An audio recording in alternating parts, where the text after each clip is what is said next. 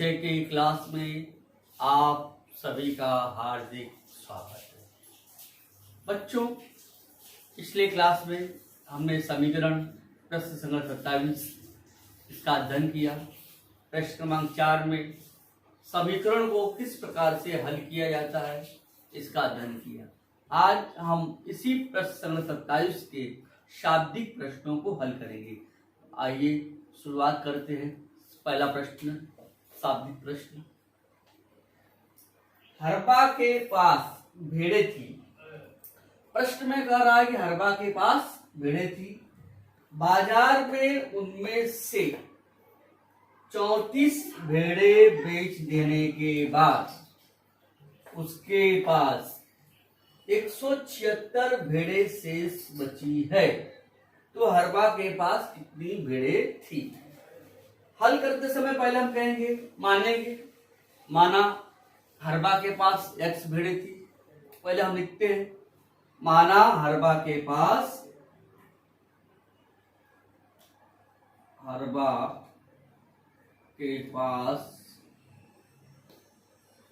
x भेड़ें थी। हमें इस x का मान ज्ञात करना है। अब प्रश्न में आगे क्या कर रहा है कि बाजार में उनमें से 34 भेड़ें बेच देने के बाद, अब जो भेड़ें थी x, उसमें 34 भेड़ें बेच दे रहा है, मतलब कम हो रहा है, मतलब माइनस हो रहा है। तो 34 भेड़ें बेच दिया तो x माइनस 34, शेष कितनी भेड़ें बची? 176। क्या लिखेंगे? प्रश्नानुसार कुल x भेड़ें, उसमें से 34 भेड़ें बेच दिया जा रहा है, तो x माइनस 34 बराबर 176 भेड़ें शेष बची। तो यह हमें समीकरण प्राप्त हो रहा है। तो सबसे पहले हमको क्या ध्यान में रखना है कि हमको क्या बनाना है? समीकरण बनाना है। माना हरबा के पास x भेड़ें थी, बाजार में उनमें से 34 भेड़ें बेच देने के बाद x में से 34 घटा दिया, उसके पास कितनी भेड़ें बची? 176। तो हरबा के पास कुल कितनी भेड़ें थी? हमको x का मान ज्ञात करना है। तो यहाँ पर समीकरण हमारा तैयार हो गया है। समीकरण हल करते समय यहाँ पर चर के साथ माइनस 34 लिखा हुआ है। तो हमको इस समीकरण को हल करने के लिए समीकरण के दोनों पक्षों में हमको धन 34 जोड़ना पड़ेगा। समीकरण के दोनों पक्षों में 34 जोड़ने पर, क्यों जोड़ा? क्योंकि यहां पर क्या है? माइनस 34 है। माइनस 34 का विपरीत उल्टा क्या होता है? प्लस 34। अब देखिए यहां पर x माइनस 34 धन 34 बराबर 176 धन 34। दोनों पक्षों में 34 जोड़ने पर, अब यहाँ पे माइनस 34 धन 34, दो विपरीत संख्याओं का योगफल शून्य होता है, या दोनों को माइनस 34 प्लस 34 हल करेंगे तो क्या आएगा? 0 आएगा। मतलब कट गया। x बराबर 176 धन 34, इसको जोड़ेंगे, 176 धन 34, 6 4 10, 7 3 10 और 1 11, 1 और 1 2, मतलब 210। उत्तर हमारा क्या मिला? x का मान कितना मिला हमको? 210। तो हमारा हल क्या आ जाएगा?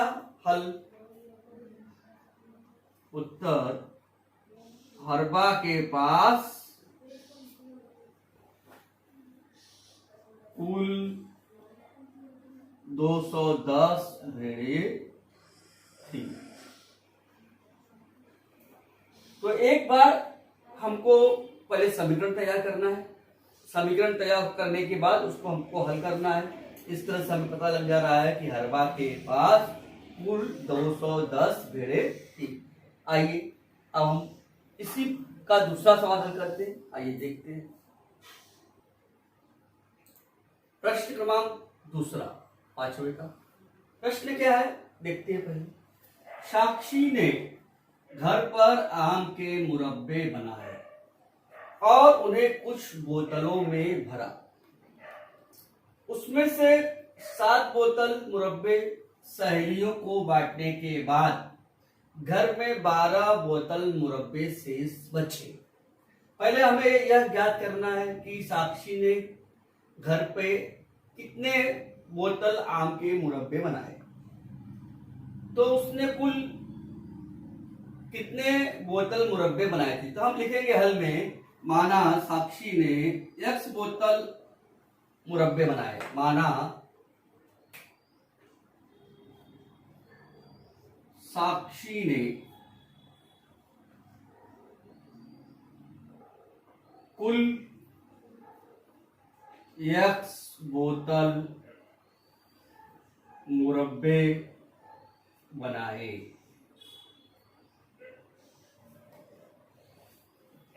अब यहां पर इस मुरब्बे को उसमें से 7 बोतल मुरब्बे सहेलियों को बांटा। प्रश्नानुसार क्या लिखेंगे, प्रश्नानुसार x में से 7 बोतल मुरब्बे बांट दिया सहेलियों को और घर पे कितना बचा, 12। इस तरह से ये हमारा समीकरण बन गया। हमें समीकरण को हल करना है। यहाँ समीकरण चर के साथ माइनस की क्रिया है, तो इसको हल करते समय समीकरण के दोनों पक्षों में हमें 7 को जोड़ना पड़ेगा। तो यहाँ लिखेंगे समीकरण के दोनों पक्षों में 7 जोड़ने पर समीकरण के दोनों पक्षों में 7 जोड़ने पर, -7 है उसकी विपरीत संख्या +7, x - 7 + 7 बराबर 12 धन 7। दोनों पक्षों में हमने क्या किया है, 7 को जोड़ा। -7 + 7 0 हो जाएगा, कट गया। x बराबर 12 और 7 19। तो साक्षी ने कुल कितने बोतल मुरब्बे तैयार किए, तो हमें मिला साक्षी ने, इसके बाद मैं यहां लिख रहा हूं बच्चों ध्यान देना, साक्षी ने 19 बोतल मुरब्बे तैयार किए। साक्षी ने 19 बोतल मुरब्बे बनाए। अब इसके आगे भी प्रश्न है, यदि एक बोतल मुरब्बे का वजन 250 ग्राम हो तो कुल कितने वजन के मुरब्बे बनाए थे। एक बोतल मुरब्बे का वजन 250 ग्राम है, हमें 19 बोतल मुरब्बे का वजन ज्ञात करना है। तो हमें क्या करना पड़ेगा, 250 ग्राम में 19 का गुणा करना पड़ेगा। यदि एक बोतल मुरब्बे का वजन 250 ग्राम, इसलिए 19 बोतल मुरब्बे का वजन 250 गुणे 19, गुणा करना आपको आता ही है, 0 का 0 करता हूं, 19 का गुणा करिए, 19 × 5 = 95, 19 × 38 और 9 कितना हो जाएगा, 47। कितना हो जाएगा, 4750 ग्राम। यदि इसको हमको किलोग्राम में करना है तो 4750 किलोग्राम को 1000 से भाग देंगे तो 4 किलोग्राम 750 ग्राम मुरब्बे बने। यहां पर हमको एक ग्राम में मिला है, यदि इसको हमको किलोग्राम में करना है तो 4750 भागे 1000 कट गया। 100 से भाग दो 4.75 ग्राम। उत्तर क्या लिखेंगे, तो साक्षी ने 4 किलोग्राम 750 ग्राम मुरब्बे बनाए। उत्तर, मुरब्बे का वजन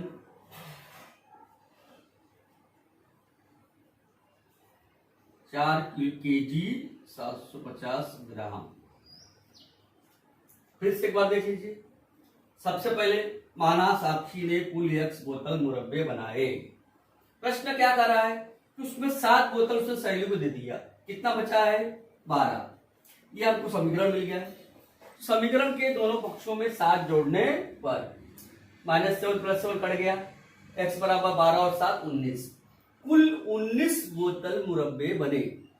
अब प्रश्न क्या कर रहा है कि एक बोतल मुरब्बे का वजन 250 ग्राम है, तो 19 बोतल मुरब्बे का वजन कितना होगा। एक बोतल मुरब्बे का वजन 250 ग्राम, 19 बोतल का निकालने के लिए 250 में 19 का गुणा करेंगे, 4750 ग्राम आएगा। यदि इस उत्तर को हमको किलोग्राम और ग्राम में कन्वर्ट करना है तो 1000 से भाग देंगे, 4 किलोग्राम 750 ग्राम हो जाएगा। उत्तर लिखेंगे मुरब्बे का वजन 4 किलोग्राम 750 ग्राम है। तीसरा प्रश्न, आखिरी 5वें का तीसरा प्रश्न क्या है, आइए देखते हैं। अर्चना ने कुछ गेहूं बाजार से खरीदा। अब कितना गेहूं खरीदा इसकी जानकारी हमें नहीं है, हम मान लेंगे माना अर्चना ने x किलोग्राम गेहूं बाजार से खरीदा। हल करते समय लिखे माना अर्चना ने x किलोग्राम गेहूं खरीदा। अब आगे क्या कर रहा है, प्रत्येक महीने के लिए 12 किलोग्राम की दर से 3 महीने के लिए गेहूं पिसाई के लिए निकाला। क्या कर रहा है, 12 किलोग्राम की दर से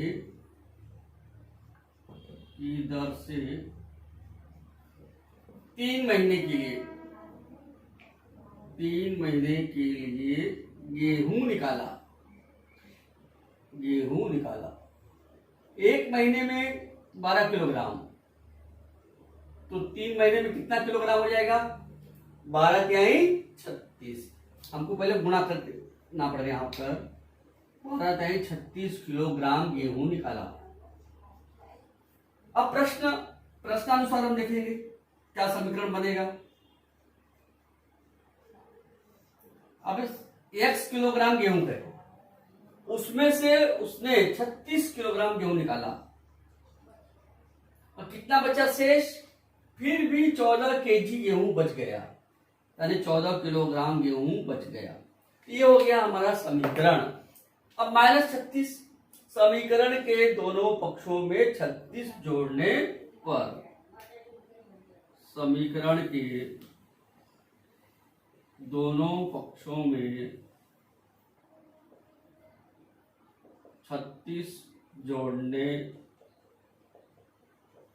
पर x - 36 धन 36 बराबर 14 धन 36, -36 + 36 कट गया आपका, 36 और 14 इनको जोड़ने पे क्या मिलेगा 50, तो उत्तर आएगा 50 किलोग्राम।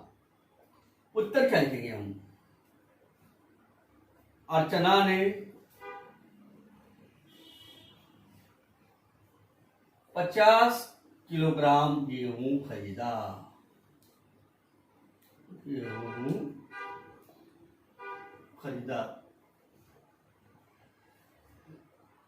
एक बार पुनः देख लीजिए आप लोग।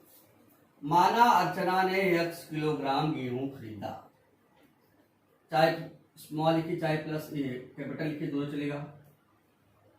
12 की प्रत्येक महीने के लिए 12 किलोग्राम की दर से, एक महीने में 12 किलोग्राम गेहूं उसको लगता है, वो 3 महीने के लिए कितना गेहूं निकाला, 12 किलोग्राम की दर से 3 महीने के लिए गेहूं निकाला, 12 तिहाई 36 किलोग्राम। प्रश्नानुसार अभी x में 36 कम हो गया, फिर भी उसके बाद 14 किलो गेहूं बच गया, x - 36 बराबर 14। समीकरण के दोनों पक्षों में 36 जोड़ने पर, तो -36 धन 36 कट गया, x बराबर 14 धन 36 50। तो बच्चों प्रश्न नंबर 27 का 5वें का 3 सवाल शाब्दिक प्रश्नों को हमने हल किया और इस तरह से हमारा प्रश्न 27 का समापन हुआ। आज का क्लास हम यही समाप्त करते हैं। धन्यवाद।